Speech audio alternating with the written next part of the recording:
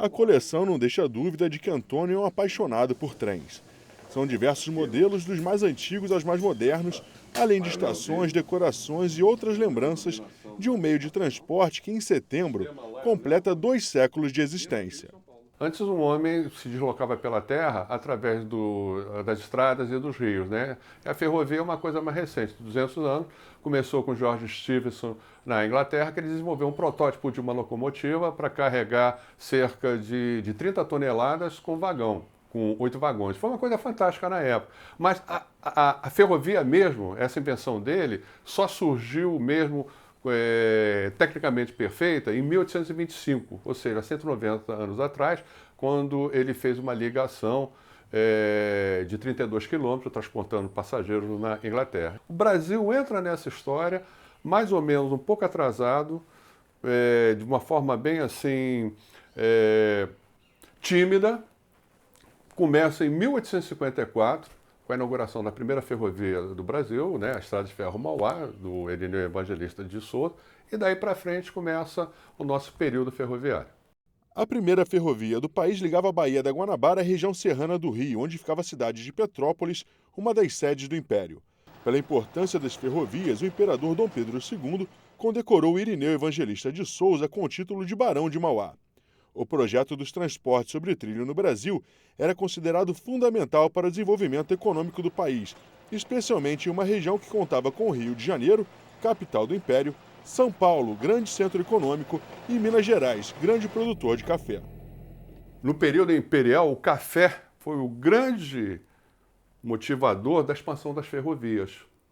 Então, não era somente passageiros.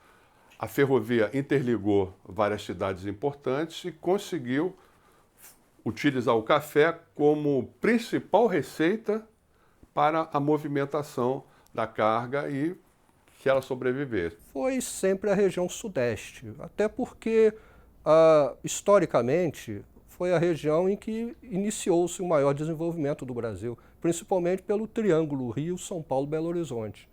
Então, ao longo do tempo, naturalmente, houve maior investimento.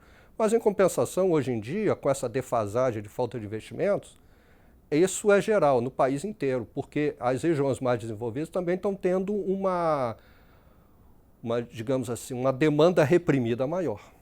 A falta de investimento foi motivada, em grande parte, pela política de incentivo à indústria automobilística e a ampliação das rodovias, especialmente nos anos de 1950.